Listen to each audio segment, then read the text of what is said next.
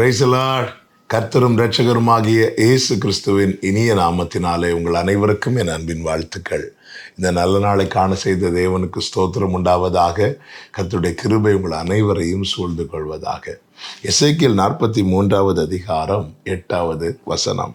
அவர்கள் எனக்கும் தங்களுக்கும் நடுவே ஒரு சுவர் இருக்கும்படி தங்கள் வாசற்படியை என் வாசற்படி அண்டையிலும் தங்கள் வாசல் நிலைகளை என் வாசல் நிலைகள் அண்டையிலும் சேர்த்து என் பரிசுத்த நாமத்தை தாங்கள் செய்த அருவருப்புகளினால் தீட்டுப்படுத்தினார்கள். ஆகையால் என் கோபத்திலே அவர்களை நாசமாக்கினேன். கர்த்தருடைய பரிசுத்த நாமத்திற்கு மகிமை உண்டாவதாக. எசேக்கியேலுக்கு கர்த்தர் சொல்லி தம் ஜனத்துக்கு சொல்லும்படியாய் சொன்ன வார்த்தை, எனக்கும் தங்களுக்கும் நடுவே சுவர் இருக்கும்படிக்கு. பிரியமான கர்த்தருடைய பிள்ளைகளே, ஆண்டவராகிய இயேசு கிறிஸ்து தம்முடைய கிருபையினாலும் அவர் சிந்தின இரத்தத்தினாலும் நம்மை மீட்டு அவர் அண்டையிலே சேரும் பாக்கியத்தை நமக்கு சிலுவையிலே உண்டு பண்ணி இருக்கிறார். நாம் பாவமர கழுவப்பட்டோம். பாவம் நமக்கும் தேவனுக்கும் நடுவாய் பிரிவினை உண்டு பண்ணுகிறது என்று ஏசாயா 59:1-2 வசனங்களிலே நம்மால் பார்க்க முடிகிறது. ஆதி மனிதன் பாவம் செய்து தேவ மகிமையற்றவனானான். தேவனோடு உறவாடி கொண்டிருந்த அந்த அனுபவத்திலிருந்து பாவம் அவனை தேவனை விட்டு பிரித்தது. அந்த பாவத்தை போக்கும் கிருபாதார பலியாய் ஆண்டவராகிய இயேசு கிறிஸ்து இந்த பூமியிலே வந்தார். நமது பாவங்களை எல்லாம் அவர் சுமந்து தீர்த்தார். எதற்காக? நானும் நீங்களும் தேவனோடு சேரும்படியாய். அப்படி ஜீவ மார்க்கத்தை தேவன் நமக்கு உண்டு பண்ணி இருக்க, நாம் மீண்டும் நமக்கும் தேவனுக்கும் நடுவாய் சுவர் இருக்கும்படிக்கு அக்கிரமங்கள், பாவங்கள் இவைகளை நோக்கி பயணிப்போம் என்றால் நம்மை நாமே வஞ்சிக்கிறோம் என்று வேதம் நமக்கு எச்சரிக்கிறது. இங்கே என்ன சொல்லப்பட்டிருக்கிறது? அருவருப்புகளினாலே தீட்டுப்படுத்தினார்கள், ஆகையால் என் கோபத்திலே அவர்களை நாசமாக்கினேன் என்று சொல்லப்பட்டிருக்கிறது. உண்மையிலே ஒரு தேவ பிள்ளைக்கு கிடைக்கிற மிகப்பெரிய பனிஷ்மெண்ட் என்ன தெரியுமாங்க? தேவனோடு உள்ள உறவு துண்டிக்கப்படுவது.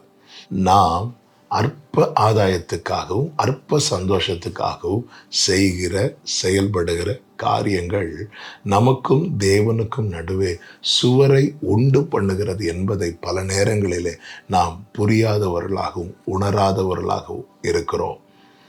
ஆண்டவர் ஆதாம் பாவம் செய்த பிறகும் ஏதேனிலே தேடி வந்தார். ஆனால் ஆதாமுக்கோ ஆண்டவரிடத்தில் போக முடியவில்லை. அதற்கு காரணம் என்ன தெரியுமா? பாவம். பாவம் நம்மை தேவனிடத்திலே கிட்டி சேர விடாது. நமக்கு முன்பாக வாசல்கள் திறக்கப்பட்டிருந்தாலும் நம்மால உள்ளே சேர முடியாது. எனவேதான் நம்முடைய பாவங்கள் மன்னிக்கப்படும்படிக்கு அவர் நமக்காக சிலுவையிலே தொங்கினார். தன் பாவங்களை மறைக்கிறவன் வாழ்வடைய மாட்டான், அவற்றை அறிக்கை செய்து விட்டு விடுகிறவன். அறிக்கை செய்கிறவன் இரக்கம் பெறுவான் என்று சொல்ல வேண்டியதுதானே? அறிக்கை செய்து விட்டு விடுகிறவன் என்று ஏன் சொல்லப்பட்டிருக்கிறது தெரியுமா? அந்த பாவத்தை நாம் விடவில்லை என்றால் அது நம்மை தேவனிடத்திலே சேர விடாது. அநேகரை பார்த்தால் தெரியும், அறிக்கை செய்வாங்க, மீண்டும் அதே பாவத்தை தொடருவார்கள். நாம் பல நேரத்தில் அறிக்கை செய்கிறவர்களாக இருக்கிறோமே தவிர விட்டு விடுகிறவர்களாக இல்லை. இதனால் என்ன ஆகிறது? நமக்கும் தேவனுக்கும் நடுவே சுவர் உண்டாகிறது. இந்த சுவர் இருக்கிறதுனால நம்முடைய ஜெப வாழ்க்கை என்பது ரொம்ப வீக்காக இருக்கிறது. நம்மளால் ஒழுங்காக ஜெபம் பண்ண முடியலை, ஒழுங்காக பைபிள் ரீட் பண்ண முடியலை, தேவனோடு பேச முடியவில்லை என்கிற ஒரு நிலையில் நாம் இருக்கிறோம் என்றாலே புரிந்து கொள்ள வேண்டும், நமக்கும் தேவனுக்கும் நடுவே சுவர் உண்டாகும்படியான கிரியைகள் நம்மில் வெளிப்படுகிறது என்று. இதை அறிந்து அந்த சுவரை அகற்றும்படியாய் தேவனிடத்தில் நாம் நம்மை விட்டு கொடுப்போம், ஒப்புரவாவோம், தேவனோடு இணைந்திருப்போம். வேதம் சொல்லுகிறது, அவரை அண்டிக் கொள்ளுகிற யாவரும் பாக்கியவான்கள். அண்டிக் கொள்ளுகிறவர்களாய் காணப்படுவோம். கர்த்தர் உங்களை ஆசீர்வதிப்பாராக.